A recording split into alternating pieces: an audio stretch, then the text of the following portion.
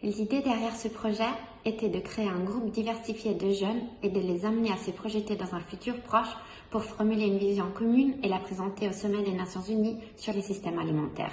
Ce groupe de jeunes, environ 70 personnes dont des cuisiniers, des chercheurs, des architectes, des agriculteurs, des activistes, des entrepreneurs, etc., se rencontrent régulièrement depuis presque une année pour discuter quel est l'avenir des systèmes alimentaires qu'ils souhaitent et comment ils peuvent contribuer pour l'achever. Cette vision a ensuite été formulée sous la forme d'un manifesto avec une volonté politique. Cette vision est spéciale dans le fait qu'elle est systémique, pas liée à l'espace ni au temps, et conçue sur ce qui nous unit et pas sur ce qui nous divise. C'est donc cette vision claire et partagée que la communauté veut transmettre au sommet et au-delà.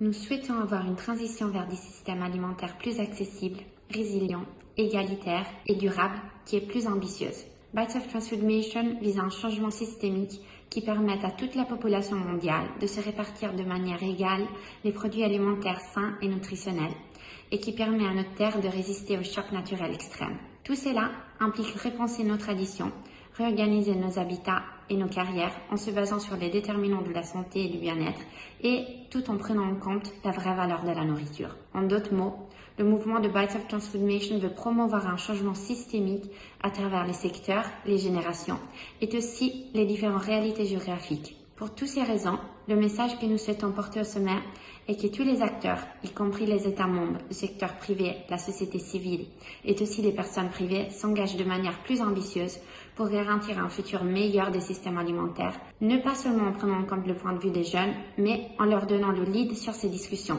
parce qu'au final, c'est nous qui devrons faire face aux conséquences d'un système dysfonctionnel.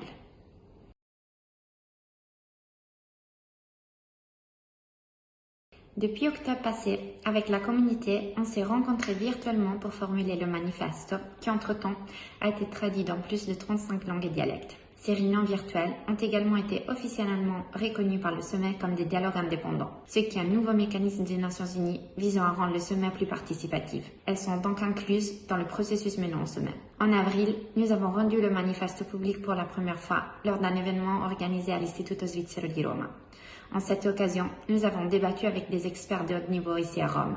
La dispute a été un énorme succès et depuis, les membres de notre groupe ont été invités à différents événements, dont 2 side events du G20 et un side event du High Level Political Forum, pour parler de nos projets et présenter cette vision commune. En plus, nous faisons partie de la Youth Liaison du sommet et nous avons participé activement à la consultation des jeunes qui a été présentée lors du pré-sommet. Enfin, en juin, nous avons organisé une rencontre de 3 jours en présence ici à Rome, au cours de laquelle nous avons pu complémenter le manifeste par des lignes d'action concrètes et nous avons commencé à réfléchir sur comment mettre en œuvre la vision du manifesto en développant des projets personnels concrets.